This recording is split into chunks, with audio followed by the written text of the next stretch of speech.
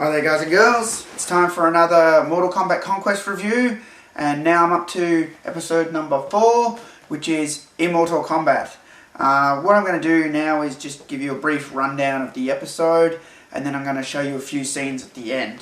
I think this will pretty much be the format for the rest of the Conquest reviews. I'm hoping they come out well. I've taken a few notes this time of what happens in the episode, so because sometimes I mix things up when you're going by memory, so this way I should get everything set correctly.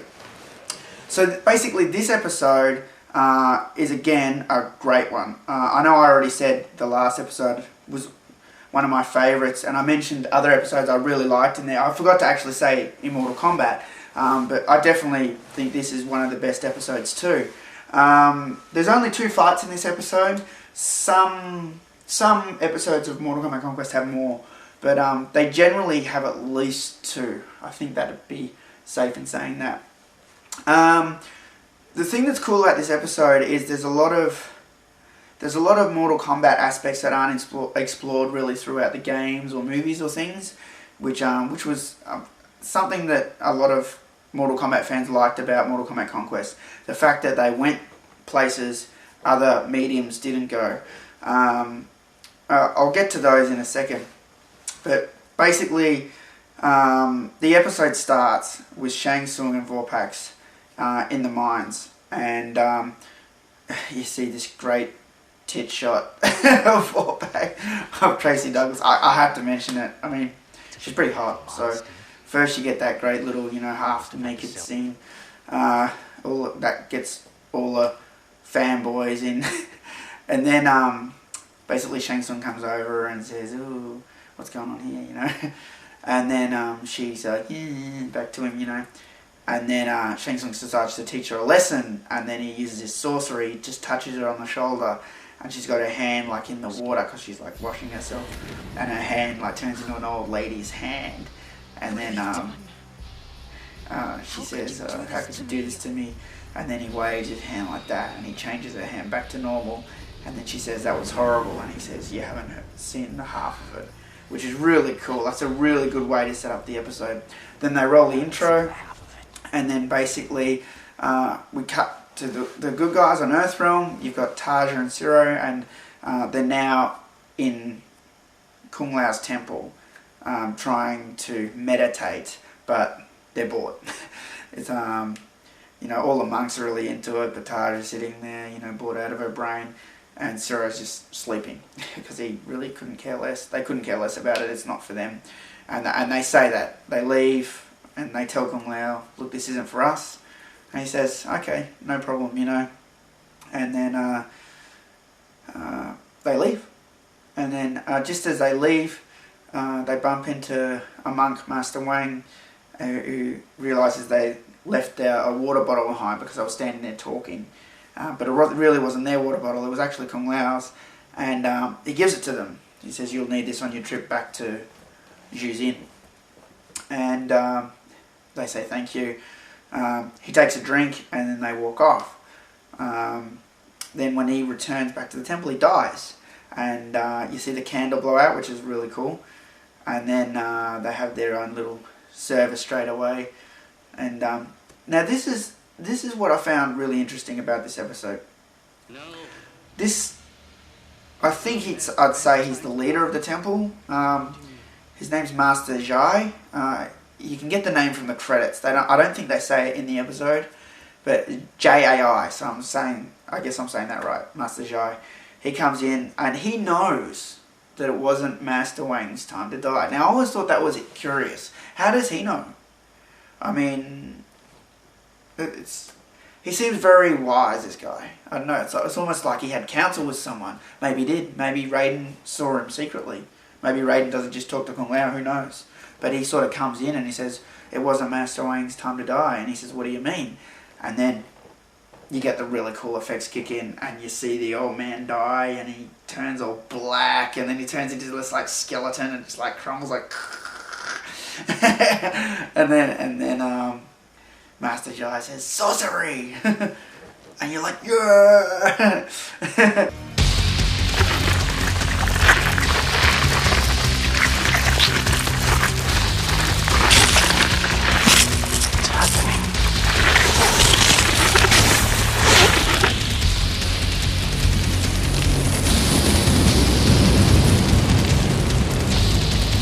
Sorcery. And then Kung Lao sees Vorpax spying, and he chases her out the door. And chases Vorpax, and suddenly this portal opens and she escapes before Kung Lao can beat the crap out of her. Then basically Shang and Vorpax talk, saying Vorpax says what happens, and Shang Tsung smiles and says, "Oh yeah, cool," because everything's going his way. And then he does this weird trick, which I was always strange in the show. He just turns around and disappears, and then appears behind Vorpax, and he says it's an old trick. I really like that. I wish I knew that trick. That's cool. But he says it uses a lot of energy. And then, basically, then he steals a soul because he needs more souls. Then basically we cut back to Kung Lao, and he's saying, and they try and figure out what happened to Master Wang. How did he come to take the? They realise it's a potion. You know, how did he come to get poisoned? Then they realise obviously that Shang Tsung's behind it, and he meant to get Kung Lao because it was his water bag.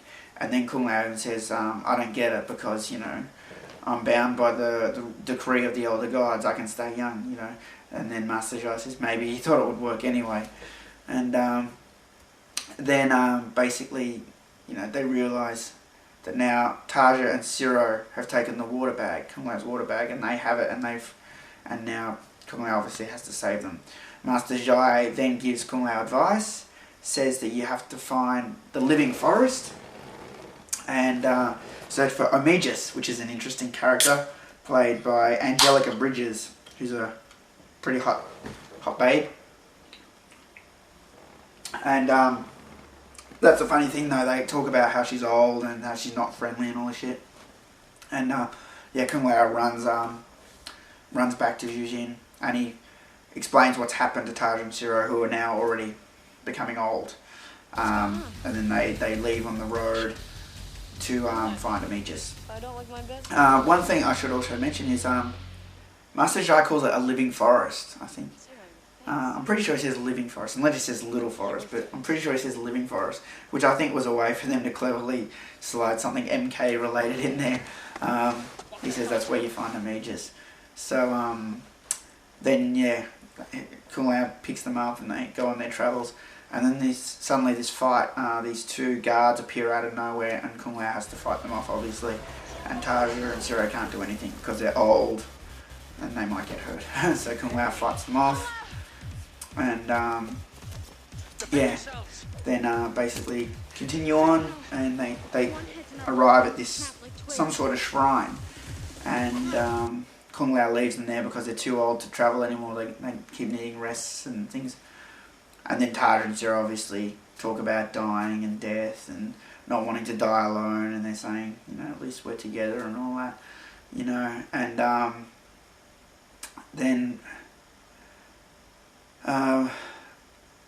Kung Lao arrives at the living forest, or Omegas' home, whatever you want to call it. Finds this little door, goes in. They talk about the old hag, and she sort of has an old voice, but then she says, "Are you ready to pay the price?" And she takes a potion and then drops her, what would you call it, cloak, and unveils this half-naked Angelica Bridges, who basically only has pieces of cloth over this nipple, and this thing down here. And and then she tries to seduce Kung Lao, and he says, I've got to save my friends and that. And then she says, "You know nothing about what's going on." Now, this is another cool plot of this episode. Omegas schools Kung Lao. She says, "You don't realise what's going on. You're now immortal, and your friends are dying, and you can't comprehend what's going to happen. All your friends are going to die, or your relatives are going to die, even your enemies are going to die." Obviously not Shang Tsung though. And then she's saying, "That's a horror you can't comprehend," which is true. And then he says, "Oh well, if you're not going to help me, screw you." He goes to leave, and she says, fine, here, take this, and she gives him the potion. So then Kung Lao leaves with the potion, goes back to the temple. Now this is where it gets really good. Shang Tsung has obviously got Taja and Zero by the scruff of their necks, and he has a little conversation with Kung Lao, and he says, you know, actually I thought the potion will work, and then he said, and then I realised it didn't matter anyway. And then Kung Lao says, for what reason? And then he says, to make you fight. And then Kung Lao says, you know you can't fight me, the rules of the Elder Gods prohibit it. And then Shang Tsung says, unless you raid the rules. Do it, or watch them die. Which is really cool. I think this is one of those things I was talking about, that they don't really go to these places in the games, or they've never really gone to these places before. Can you do that? Can you waive the rules? Can you say, to hell with it? You know, can you just look up and say, you know, I waive your rules, you know, will the Elder Gods hear you, you know? Anyway, so, you know, he agrees, he waives the rules, and then there's this really cool scene. You hear this thunderclap. Now that's either two things which I can't really figure out. One, it's either Raiden reacting to what Kung Lao's done and he's pissed off, or two, it's a sign from the Elder Gods that what he's requested has been allowed. So I don't know which one it is. It's just one of those mysteries that you'll never know, you know. But either way, it's very cool. And then basically you've got the fight between Kung Lao and Shang Tsung, which I'll show you after talking about this. It's the best moment of the whole episode.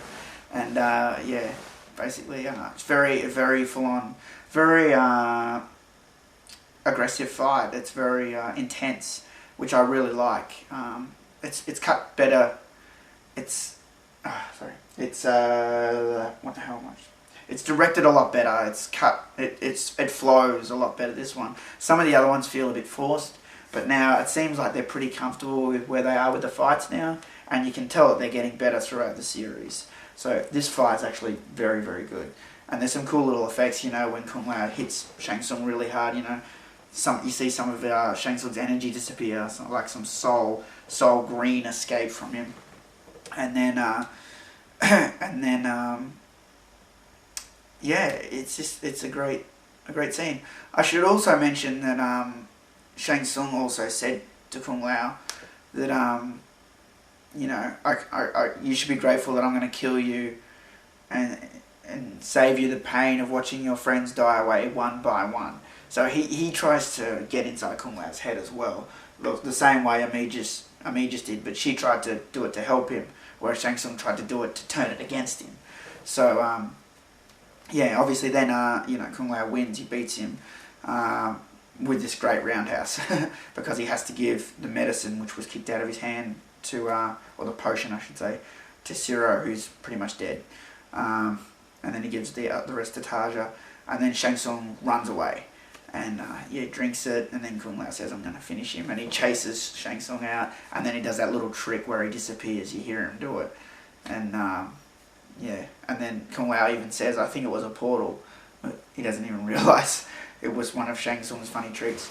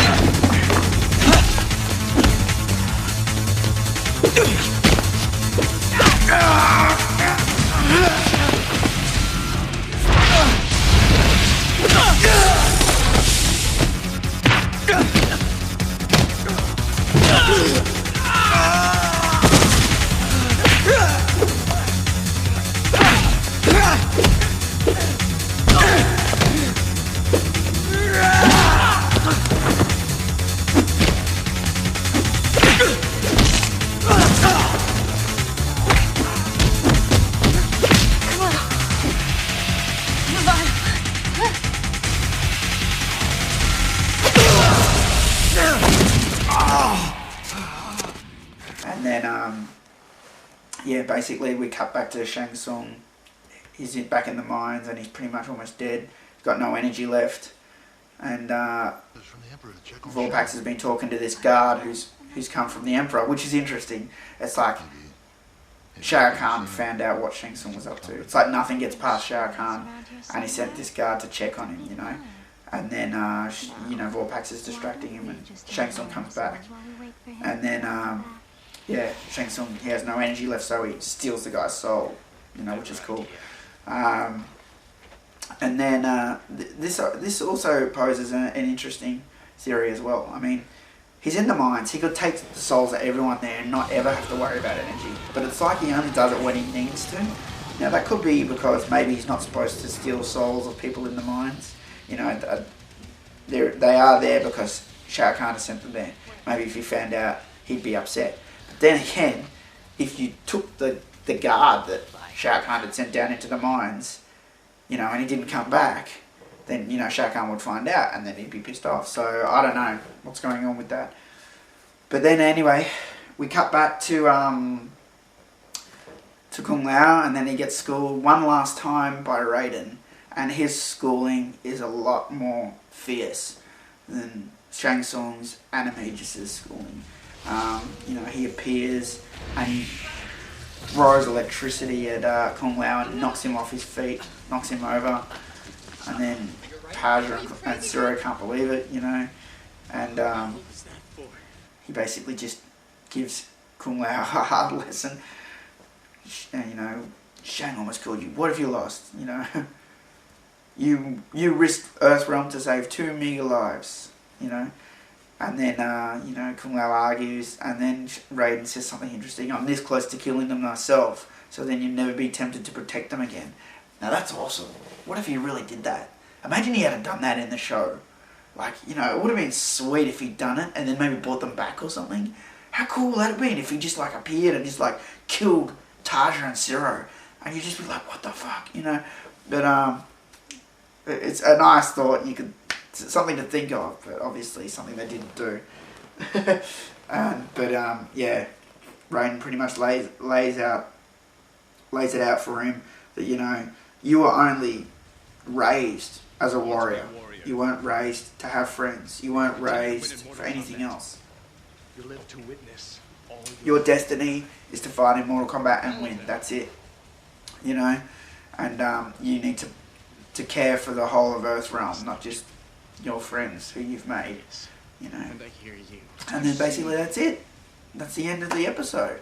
So, it's a great one. There's a lot going on. Like, yeah, basically, Amagus schools Kung Lao, then Shang Tsung. So, like, a stranger, then an enemy, and then a friend. And each time it's pretty hard on Kung Lao, you know.